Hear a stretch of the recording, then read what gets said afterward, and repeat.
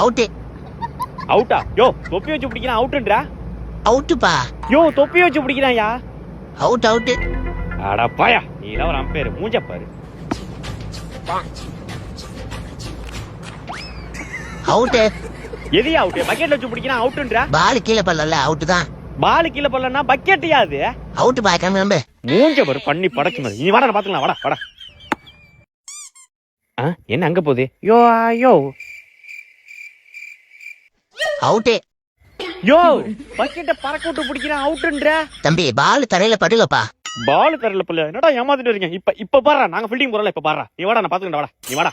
A few minutes later.